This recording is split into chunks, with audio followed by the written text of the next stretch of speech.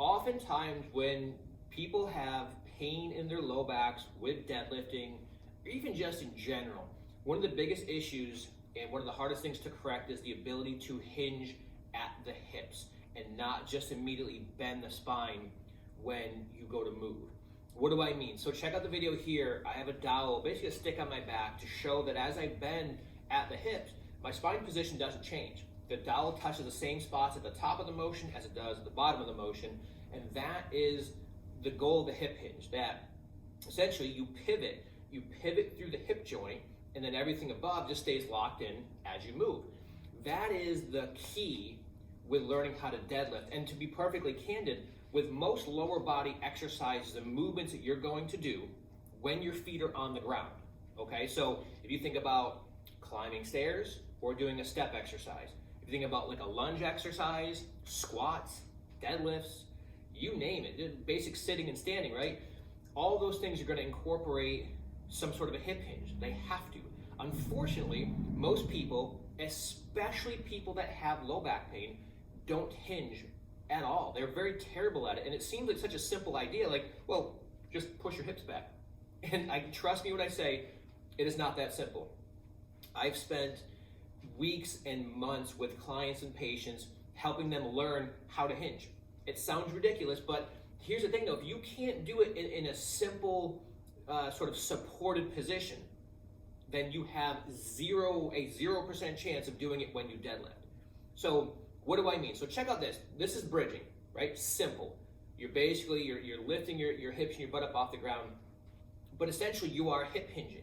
It's a different variation of it, but from the hip perspective, it's no different, right? When you're laying down, your hip is flexed, you're moving into an extended position. When you deadlift, your hips are flexed, you're moving into an extended position. It's no different, right?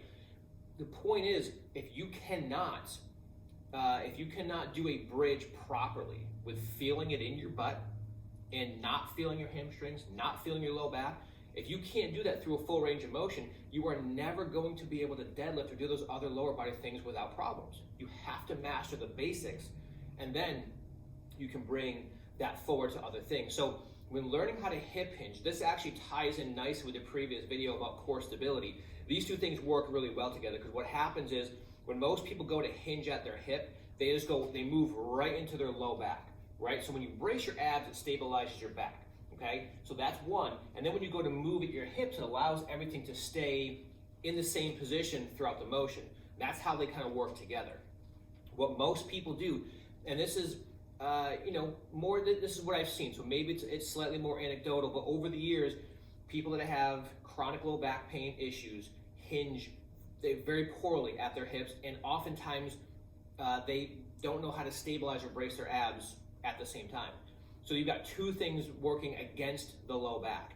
So we have to work on those two things, again, separately, then bring them together, and then bring them to the deadlift. But they have to be addressed. If you just kind of blow past those things and think that, oh, I'll figure it out on the fly, you won't. You have to come back and work slowly and be more methodical through this process to make sure that you can do things in an easy position, right? So again, here's the bridging again.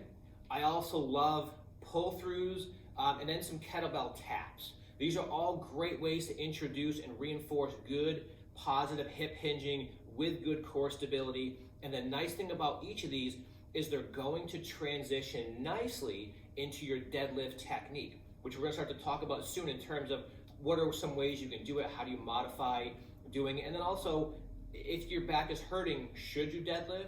Which kind should you do? There's different things you can look at when it comes to those things, but you have to improve your hip hinge if you have any chance of getting out of pain when you're deadlifting.